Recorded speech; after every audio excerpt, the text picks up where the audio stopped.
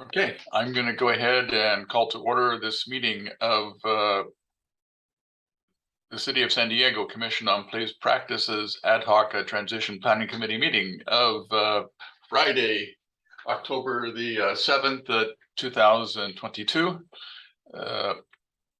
Present are myself, Doug Case, Chair of the Committee, and First Vice Chair of the Commission, Brandon Hilpert, Chair of the Commission. We have members of the Ad Hoc Committee, Nancy Vaughn, Diana Dent, and Robin Spruce. We have our Interim Executive Director, Charmaine Mosley, our Complaint Coordinator, Robin Resendez, and we have Katie Evendetti from Women Occupy, who is our liaison with San Diegans for Justice, and we have Dave Niemeyer from CPS HR firm, who is our consultant for our searches. And I think that is everybody. So let's go ahead and put the agenda up on the screen.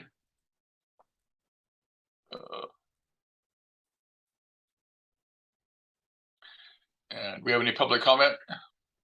No public comment received. Okay. Anything new on the budget process since last week? No Charmaine? updates. No updates on the budget process. Okay.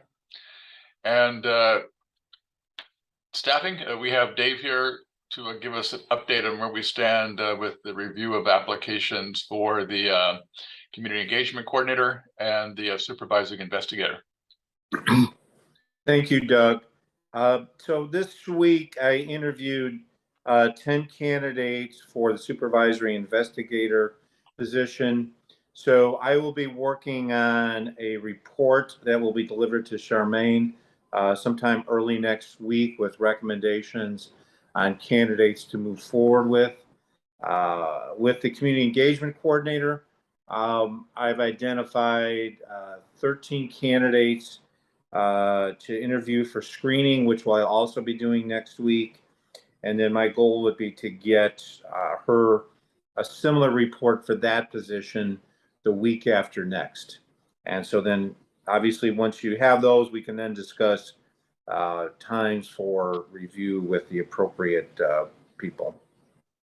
Okay. And so let me do, so for the community engagement coordinator, when is that going to be? That report will be submitted not next week, but the week after that. I'll be doing interviews for the position next week. And so it'll be the week of the 17th. Okay. And then, so then we need to have this, I think this committee is going to serve as the selection committee, for lack of a better word. And we're going to recommend the people for the community panel to interview. You said you have 13? Well, that's 13 is what I'm screening. Okay, screening. Okay, yeah, and so yeah, it'll be a smaller group, just as was with the deputy director. That we'll have the group 1 and group 2 candidates like we did before. Okay, and so because Robin is looking for a timeline, so you're saying the week of the 17th is when you'll have that list available? Yes. Will it be early in that week or later in that week? It will be early that week. Okay, then maybe we can schedule a time for this committee to review that and give the names to move on to the next phase. And so maybe, Robin, to answer your question you had by email, maybe the week of the 24th would be when we would have the community panel. And so I have a question, Dave. How many total applications did you receive? For the community engagement, we received 57. okay. And what about the supervising investigator? 39. Okay. And Charmaine, what is the plan for how many people do you have on your screened list for the supervisor? You said 10, right? Is that correct, David? You had 10 people on the Oh, I'm sorry. Yes, on the supervisory investigator list. Yeah, and so I'll be Yeah, yes, that's who I've screened, so. Okay. And then, Charmaine, did you want this committee to, screen those for the semifinalists, or was there a different process you were going to use for the supervising investigator?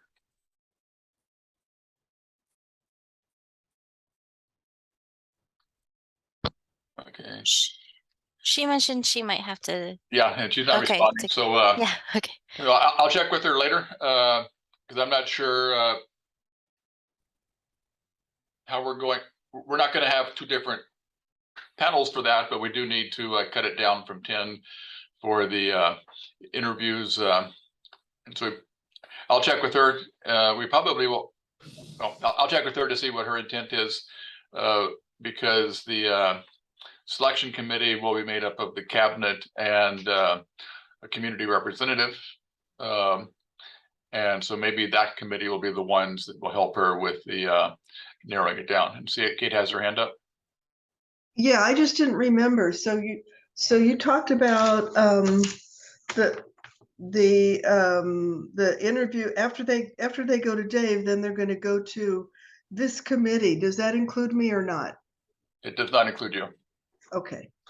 But and then it goes to the community panel. And it goes to the community panel, right? And then it goes to the cabinet with one community rep. Exactly. And then they recommend to Charmaine, and Charmaine may or may not, it's her discretion of whether to include people in the interview with her.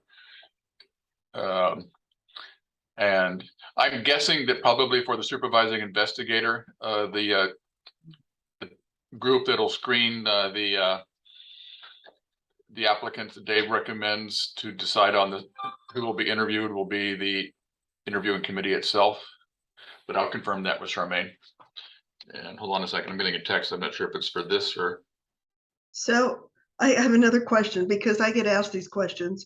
So after the community panel, and then it goes to the executive committee and one community member, is that going to be someone that the panel selects to be on the committee that from the community panel, or how's that going to be? I think this committee will select it. Are you interested in doing that? Well, do I have to apply? As long as it's not the first week in November, I finally have a vacation. So. Okay, I think it makes sense. So when we get down to a date, you said you're going to be gone the first week in November? Yes, and completely out of contact. No Okay. computer, no phone. Okay, and so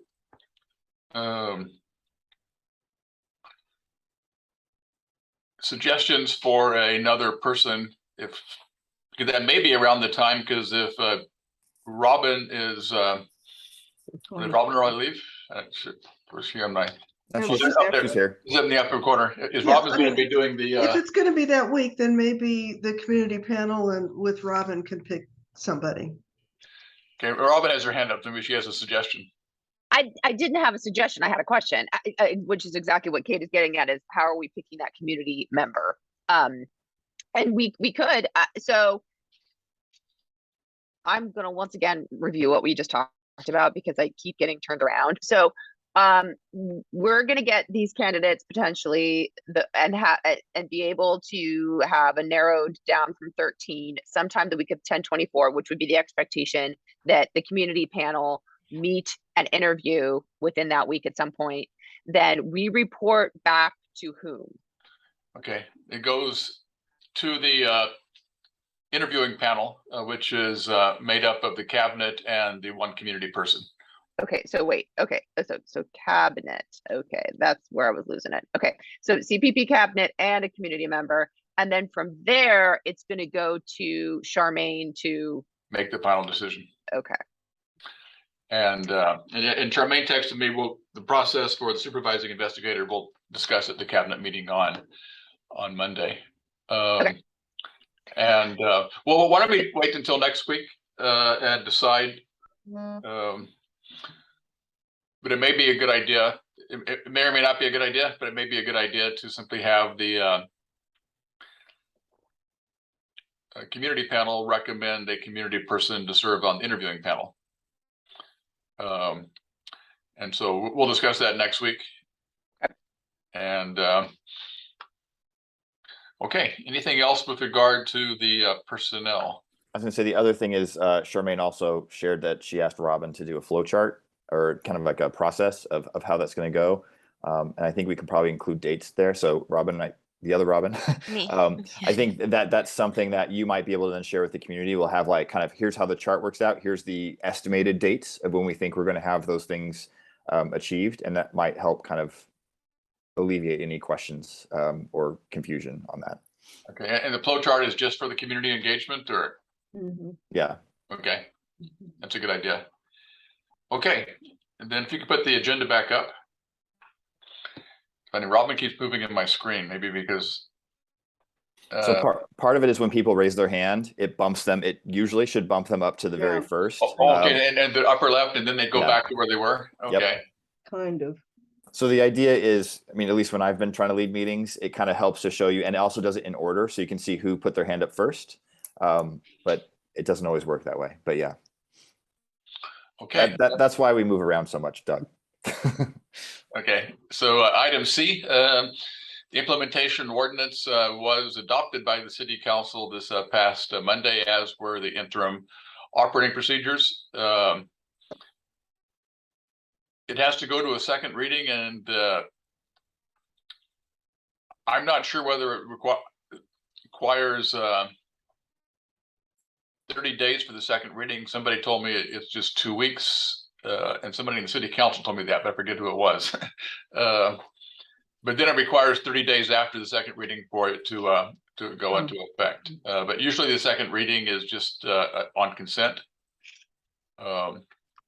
And so, you know, the ordinance was adopted without any changes. And so they had the impasse hearing and no changes were made. Office space of Brandon and Charmaine and Karen from Dream are doing a walkthrough of the space next Wednesday.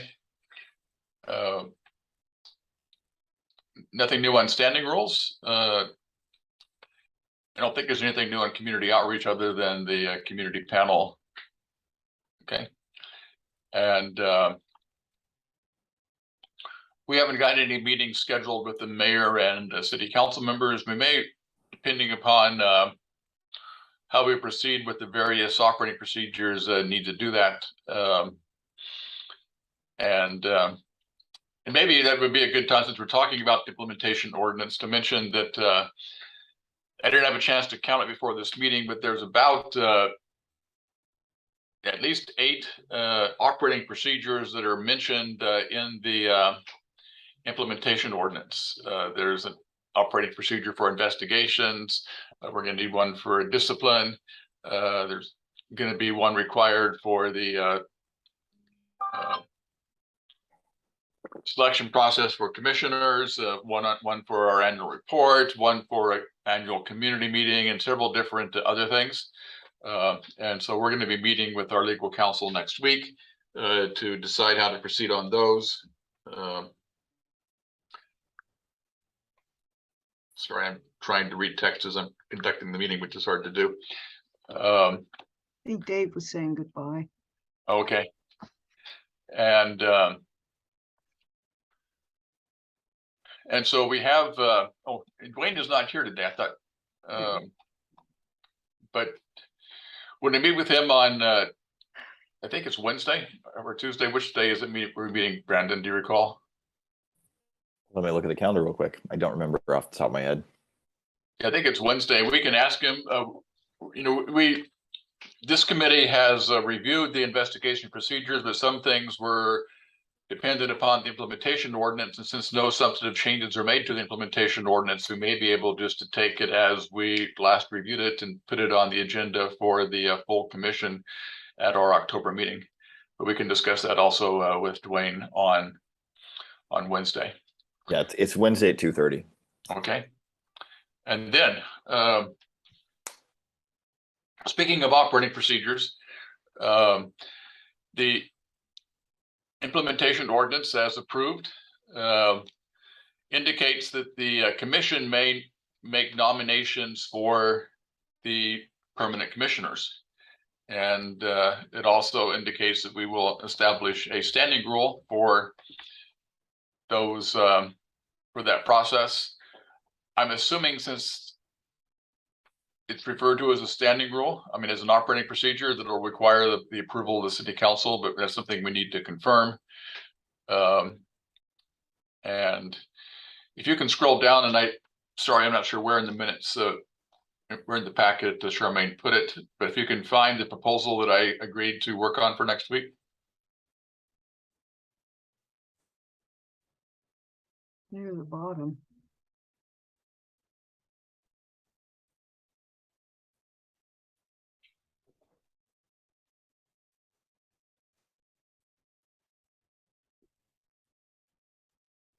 It's at the end of the agenda.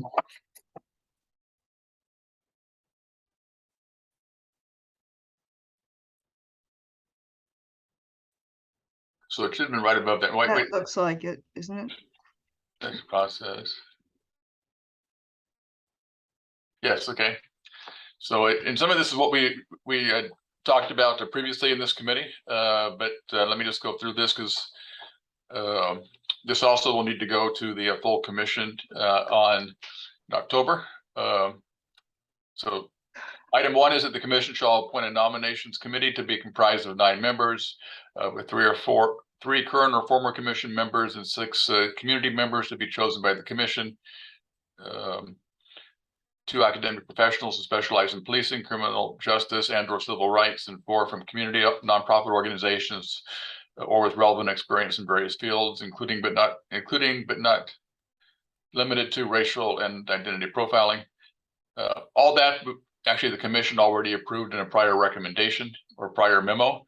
The next thing I added, none of the nominations committee members. No, the next one I didn't add. None of the applicants. None of the nominations committee members shall be associated with law enforcement. That also was in the recommendation.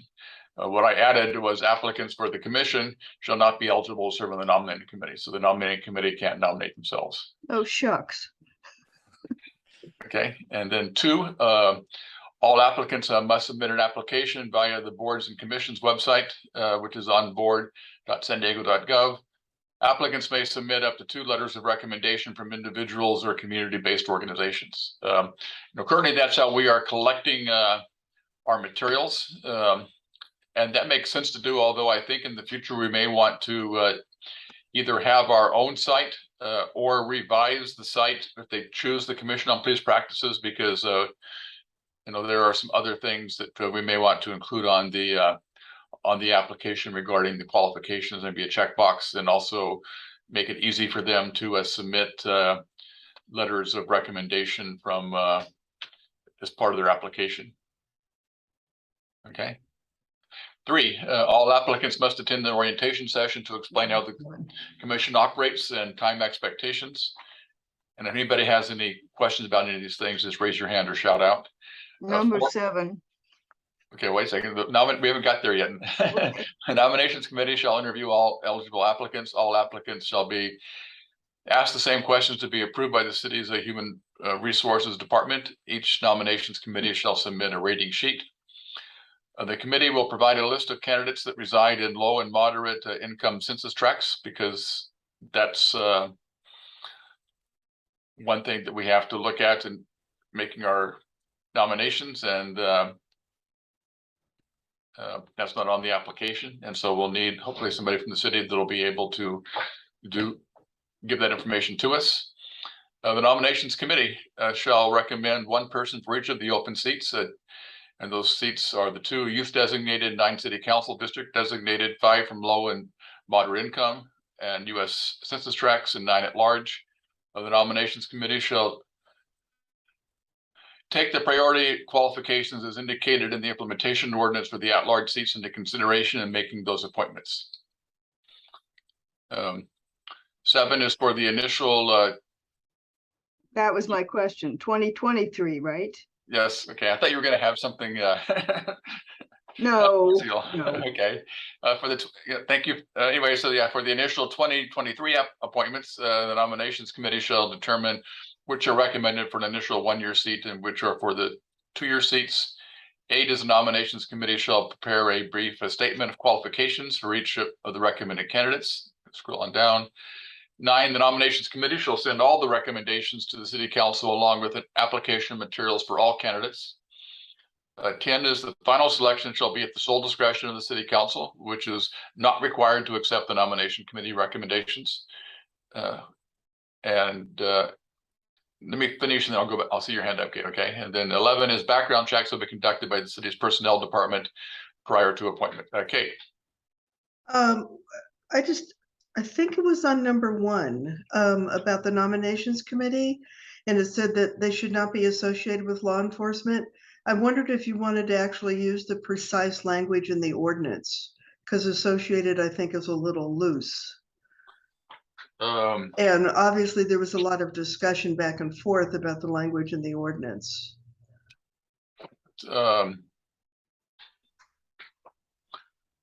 We could do that. Maybe we can just put in parentheses that using the same criteria as mentioned in the implementation. Yeah, ordinance. yeah, you don't have to necessarily write it out. I mean, you could just put paragraph, whatever it was. Okay, yeah, as delineated in the implementation ordinance. Yeah, and I had another question that I'm not sure that can you scroll up a little bit about the at-large appointments. So I thought that the nominations committee was not specifying the city council district designated ones, but was going to include that in all the general recommendations. So that would be right, all of them, and not, and is that what's happening? So yeah, well, yeah, the recommendation and then the council members can either pick someone right out of those for theirs or nominate their own or whatever. Yeah, and I guess the point is you kind of need to have all the pieces of the puzzle together before you put it together. Right. And so the nominations committee is interviewing and recommending everyone, and isn't necessarily, except I suppose for the youth seats, specifically designating for designated seats. Yeah, and so people are going to actually, I think it's another thing that's not we probably need to add to our application is I don't think it asks for age on the city's application, as we need to know the age to decide the youth seats. That's a good point. But we're gonna have to do some follow up with the applications anyway, and so we'll need to find out that information. But the idea is that the nominations committee would recommend the whole puzzle and give it to the city council, but the city council has the discretion to move pieces of that puzzle.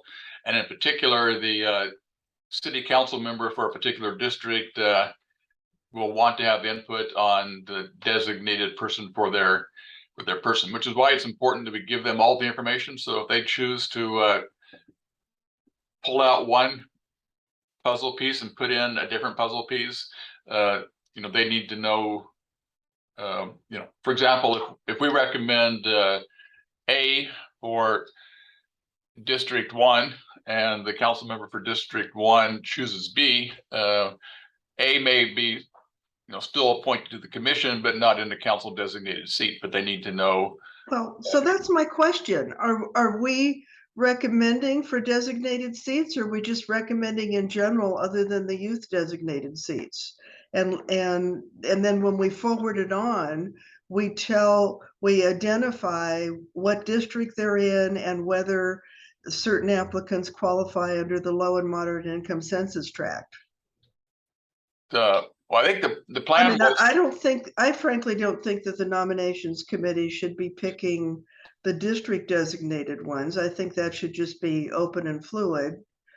We should probably try to make sure that we have somebody from every district, but we may not. And but anyway, that's just I just didn't think that we were picking for particular designated seats. So, you know, part of it, because we were going to do, and we also tried to want to make it so that it's non-political. Right. And I mean, well, what do other people think on that? Well, I had my hand up and I just want to kind of make two comments real quick. One, I don't think legally we can ask for ages. I know when I've done hiring in the private sector. No, we have to ask wages because it's required for the youth designated seat. But I think we can do it in a different way. We can basically say, Right. are you applying for a youth seat? And then I think we satisfy that issue. I think if we're going to get into a legal issue if we ask for age, and that's going to be a problem. Right. So I think we. Okay, yeah, we can, that's fine. Yeah, and so Yeah. we can, and then.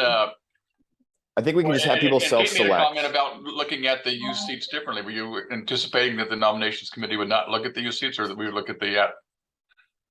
I mean, I guess I would think we would still look at those youth seats. I think we would just, you know, when we have that form, I think we just maybe have a checkbox or something that says I'm Right. applying for a youth seat, and then we still go through that same process. And I think to Kate's question about for each of the individual city council districts, I mean, obviously, I think the idea was we would have those city council members submit people and we'd go through the same process, because I do think there is a benefit just from the past of when we've had people going through the process. We like to try to give them kind of a quick heads up. Here's what you do. Here's the time commitment that's required to be able to be on the commission, because, you know, this is before I was on, you know, the board, you know, 8 some years ago. I know we've had people that the mayor would appoint and then they would basically get on for a month or two and realize, oh my God, this is so much work, I'm out. And then we're going to have to start the whole process again. So I think it's important that we make sure anyone who's interested, they understand the level of work that is going to go into it. And that being said, it could very well change. As Doug has said in the past, now that we're having staff and we're going to have investigators, we may not do the case review process like we currently do it today. So things could change, but I do think it's important that current commissioners are part of that process to help kind of educate, mentor, and kind of teach the new potential commissioners what they're getting into. Because I know when I first started, it's one of those things where, you know, and I kind of say this whenever I've talked to the public about it, is until you're actually there doing that work, you don't realize how much work it is. Because I know when I went through that process, I was like, oh yeah, I've got this. Like I do similar things in my current work. I can easily handle this. And then you realize truly how many hours of meetings you have, how many hours you have in case review, you know, education stuff. I mean, it is a huge time commitment. And I would just hate for us to appoint people and then have them get in for 2 or 3 months and then realize this is overwhelming, I can't do it. So I do think we need to be part of that process. Now, ultimately, the city council can decide to choose someone totally different, and that's kind of beyond our control. Right. But I do think it would be helpful for the current commissioners or whoever's on that kind of recruitment committee to be part of that process to help them understand what's required, and then also give them the opportunity to ask questions and really get that from people who are doing the work. You know, and again, if we don't know who the city councilman is, you know, going to appoint, of course we won't know that, but it'd be helpful to, like I said, to have all the pieces of the puzzle, because we could do the at large and even the low and moderate income, but there may be a person who would be there could be 2 other people who we think would be good, and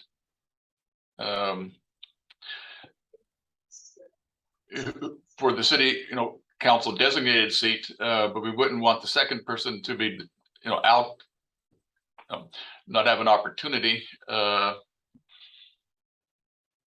know, if we could put them into one of the other positions. That's why I kind of think that it makes sense to make a recommendation regarding the entire puzzle, and then give them the ability to and give them the additional names if they wanted to appoint somebody that's not there, or if they want to reject the person that we recommended for the city council seat and take one of the other people, and say they take somebody from one of the other, somebody who would we designated as a lower moderate income census tract person as their person, you know, then we would need to, you know, have them fill the gap in that puzzle. You see what I'm saying? But we're only sending in recommendations for the precise number of open positions. Yeah, for the precise number, but we are going to send them all the information, including the persons that are not recommended by the committee. Not recommended, and you may even include additional information like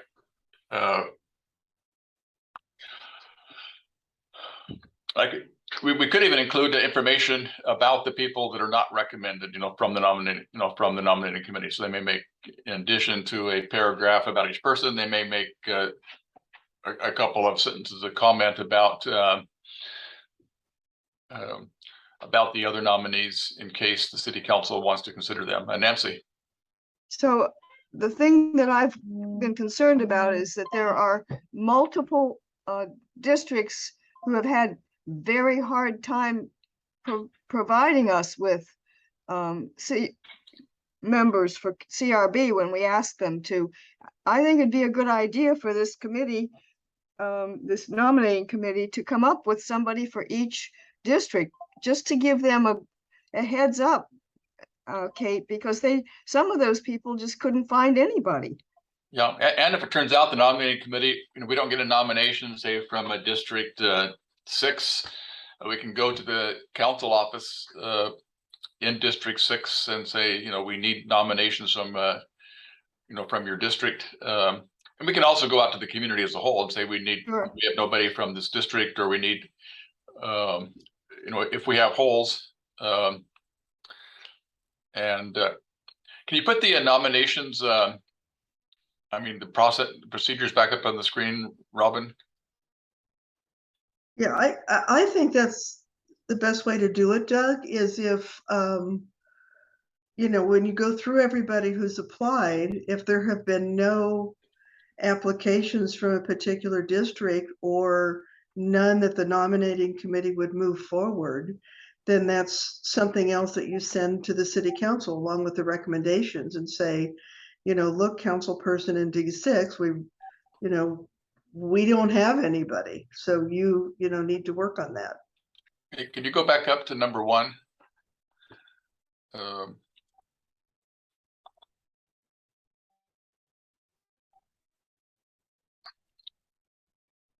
I'm suggesting that it may be worthwhile to I guess there's 2 options. I think the best option would be, like I said, to have the nominations committee look at the entire puzzle. And so I would, in addition to the qualifications, where it has, let me see.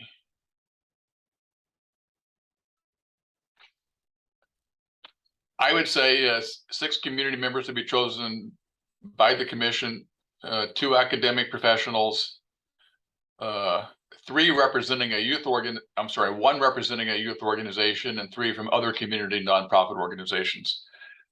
So that we can have somebody like a representative from Mid-City Can or another youth organization serve on the nominations committee. Does anybody have an objection to that? No. Okay, and Nancy, your hand is up.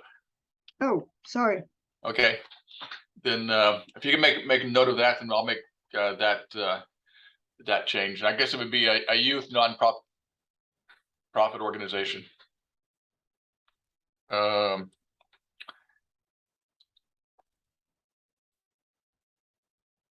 Otherwise, Mid-City Can is that a youth organization?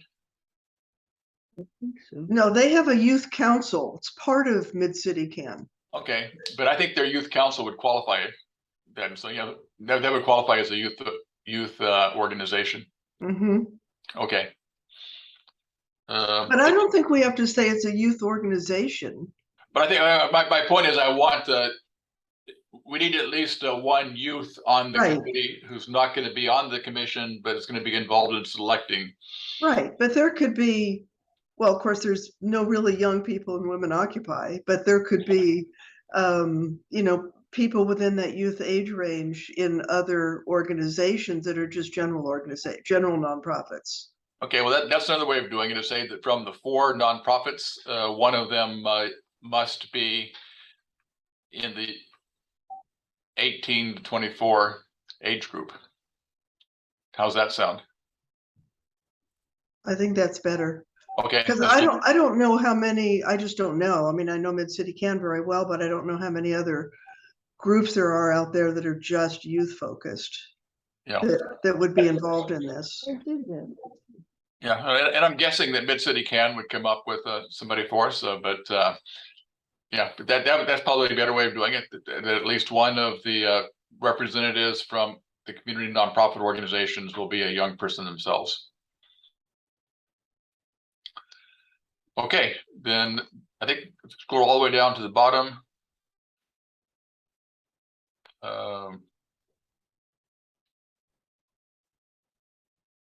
And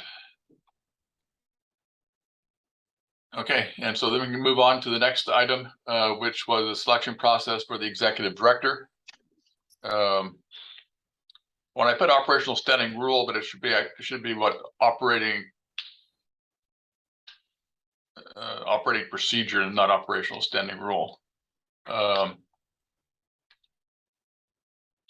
Anyway, the Office of Boards and Commissions ordinance doesn't specifically require us to do that, but there's nothing that precludes us from developing a procedure. And so we're going to go ahead and propose a procedure which would require approval by the City Council. Number one is the commission shall contract with an executive search firm to conduct a national search. The search will prepare a brochure about the position in consultation with the commission and the city's human relations department. The search firm will post the position on the city's website, NACOL, and other relevant sites for at least 30 days. The search firm will conduct an initial evaluation of the applicants and select 10 to 15 that appear to be the most qualified. 3, the selection committee, consisting of commission officers or their designees and a community representative chosen by the commission, will determine 5 to 7 semifinalists. 4 is a community panel comprised of representatives from 7 to 10 community organizations will interview the candidates and submit rating sheets. All candidates will be asked the same question approved by the City Council's Human Relations Committee, and all community panel members will be required to sign a confidentiality agreement. And 5, the commission will conduct confidential meetings to interview the candidates.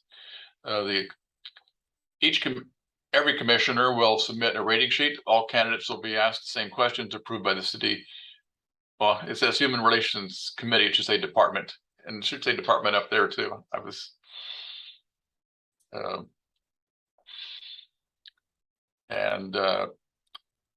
you're making a note of this, Robin, so I can correct these things. Okay. The commission will conduct confidential meetings. I already did that. Okay. 6, the selection committee will review all the rating sheets and select the 3 candidates to interview. At least 3 candidates to interview, and then the selection committee will recommend 3 candidates to the City Council. Candidates will not be rank ordered. Instead, the selection committee will submit a list of strengths and weaknesses of each candidate. And 8, the City Council will interview the 3 finalists and make the appointment. Any comments on that? Charmaine? Yes, if you can change city's Human Relations Committee to be city's Human Resources Department. Human Resources, yeah. Thank you. I don't know why I was had that in my mind, but I was typing that. Yeah, Human Resources Department. Okay. Any other suggestions on that? Okay. Then I'll make those changes, and then we can submit both of these to the full commission for approval at our October open meeting. Perfect. And then we can submit them to the City Council. I'm not sure whether or not either of these have to go through a meeting confer. I wouldn't think so, but you never know. I can't. It doesn't seem logical to me, but we'll find out. If I go back to the agenda, up to the very top, please.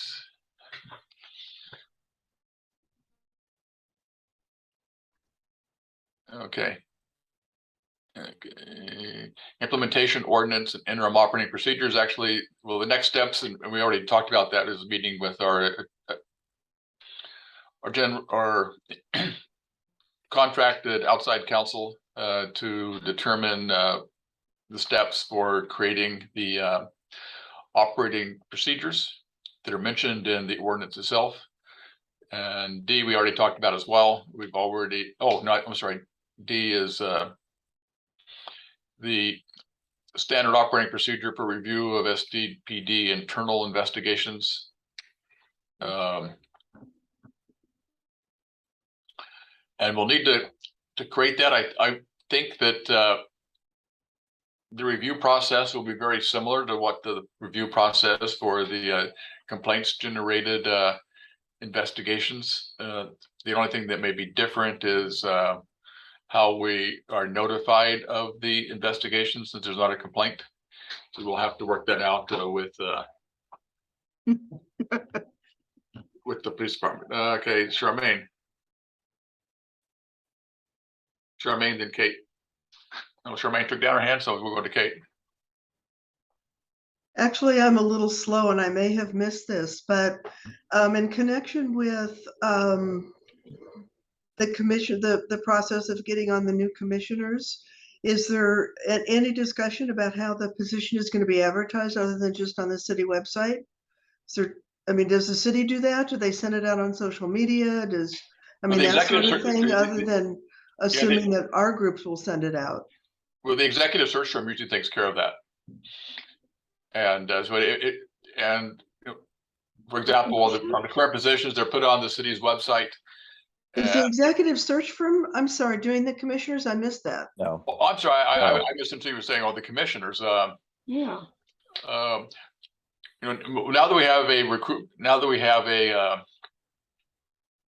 ordinance adopted, we have a recruitment committee. And so I think that we ought to ask, and Kevin is the chair of the recruitment committee, we ought to ask the recruitment committee to develop a recruitment plan to get the word out there. That's a good point. I anticipate we'll probably, since we have our new social media, we'll put it out there. I assume we'll probably be doing a press release. I actually have that as a note of something that we need to do. And so we'll probably be doing outreach to various community groups. We can work with Robin and our outreach team on that. But we can work with Kevin to create a plan. But I mean, we're not just going to post on our website and leave it at that. We're going to try to make sure that everybody knows. And I'm sure we'll also reach out to each of the city council members that they can then put that out in their emails to their constituents as well. So we'll definitely try to make sure that the message is so put out the there as best as application possible. that's currently out and available now, you talk about it as a pre-application. So if people have completed that, they still are going to have to do a different application because you're going to make some changes in the application? I think what we'll do is we'll do a supplemental application. Or supplement. In other words, we'll accept that, and then we need to do a supplemental application asking a couple of additional questions. And that would be sent to people who've done the pre-application. Right. Because some groups I know have already sent out information about the pre-application, and a lot of people have already been doing that, I understand. So yeah, I understand. I forget what the number is. I heard we had over 30 people have already submitted that, and so we'll do a I mean, the plan would be to do a follow-up with each of those people with a supplemental application that they can return along with their letters of recommendation.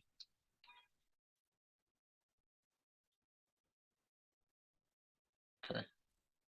And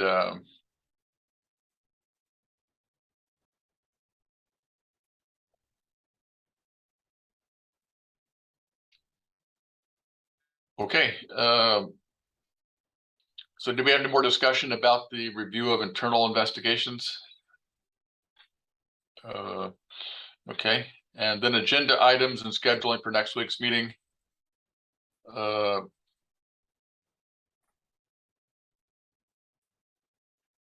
Other than the update on the staffing, is there anything else we need to be? Well, I guess maybe we can, by next week, we will have have met with Dwayne. So if you can scroll back up just a little bit so I can see all the new business. Okay, we can take off items A and B. And why don't we just take them all off and then put as the item of new business for next week, operational operating procedures for the commission. And then we can discuss, that'll be broad enough where we can discuss, what our work plan is going to be. One of the questions I have is whether we will submit them like as an operating manual once to the commission, whether we can do it piecemeal. Now that also will include the investigation procedures. We'll also begin to work on the disciplinary procedures, which I think will be contentious between us and the POA in terms of having access to the information that we need in order to make informed decisions on discipline. So that encompasses a lot, but I think if we just put under new business,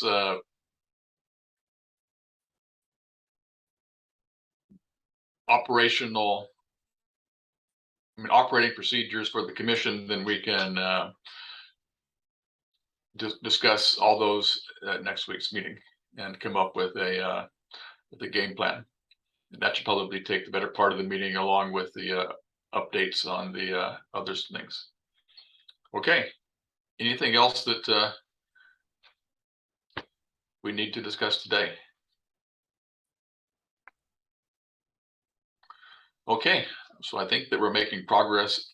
And I might say as an aside, I think a concern that I have is that now that we have an implementation ordinance, the community is going to expect that the new commission is going to be seated next week and that we're going to be doing investigations next month. And it's not quite that simple. It's going to take a while to complete the selection process and to get our investigation procedures approved and so forth, but we are making progress.